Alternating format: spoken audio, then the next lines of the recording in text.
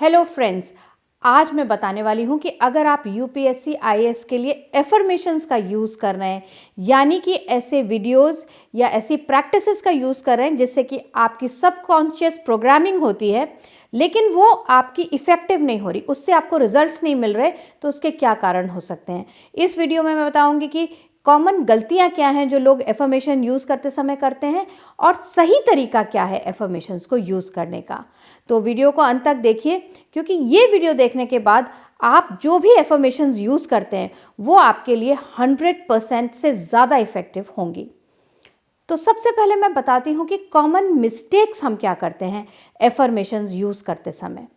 सबसे पहली जो कॉमन मिस्टेक होती है वो ये होती है कि हम एफर्मेशंस को सुनते तो हैं लेकिन अपना बिलीफ उसमें नहीं डालते, यानी कि वो सिर्फ एक बैकग्राउंड नॉइज़ की तरह चल रही होती है, हमारा इन्वॉल्वमेंट उसमें कुछ नहीं होता है।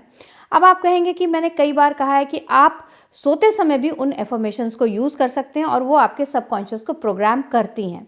तो सोते समय क्या होता है कि हमारा माइंड और चीज़ों से फ्री होता है, जो हम एफर्मेशंस यूज़ कर रहे हैं सिर्फ वो उसमें जाती है, इसलिए सोते समय वो काम करती है। लेकिन जब आप जागते समय एफर्मेशंस का यूज़ कर रहे हैं तो आपका इन्वॉल्वमेंट होना ज़रूरी है। तो पहली गलती होती है कि आप उसमें इन्वॉल्व नहीं होते हैं। दूसरी गलती होती है कि आप कंसिस्टेंट नहीं होते हैं। आज सुनी कल नहीं सुनी, आज पूरी 100 टाइम्स सुनी, कल हमने 50 टाइम्स में ख़त्म कर दिया, आज हमें समय नहीं मिला, कल हमें याद नहीं रहा। इस तरीके से हम कंसिस्टेंट नहीं होते हैं। एफर्मेशंस का पहला प्रिंसिपल यही है कि उसमें कंसिस्टेंट होना बहुत ज़रूरी है। और तीसरी चीज़ है कि हम ऐसी एफर्मेशंस यूज़ कर रहे हैं जो कि हम जिस पे यकीन नहीं कर पा रहे हैं। तो जैसे कि मान लो मैंने मेरी ही चैनल पर एफर्मेशंस पड़ी हुई हैं, I am I A S, तो कहीं ना कहीं इसको जाकर आपको फील करना होगा, बिलीव करना होगा।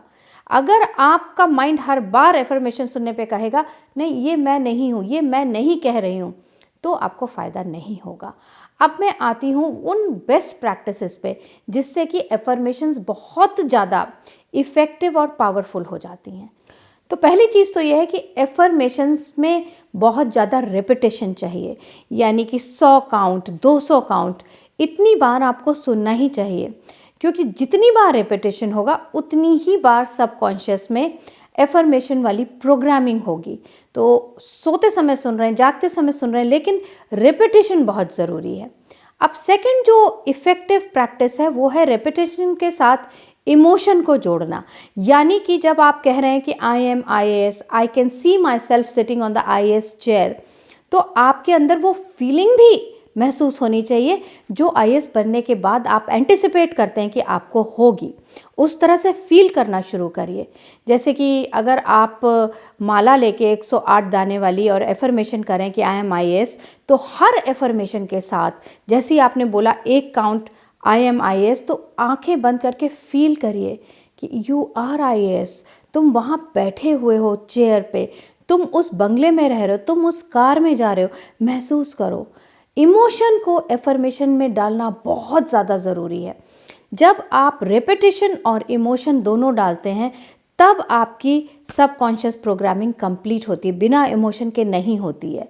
और थर्ड और लास्ट थिंग है कंसिस्टेंट होना, कम से कम 45 डेज़ तक, यानी कि जो भी कोई एफर्मेशन यूज़ कर रहे हो उसको 45 डेज़ तक कंसिस्टेंटली, अगर 3 बार दिन में सुनते हो तो 3 बार 45 डेज़ तक सुनो।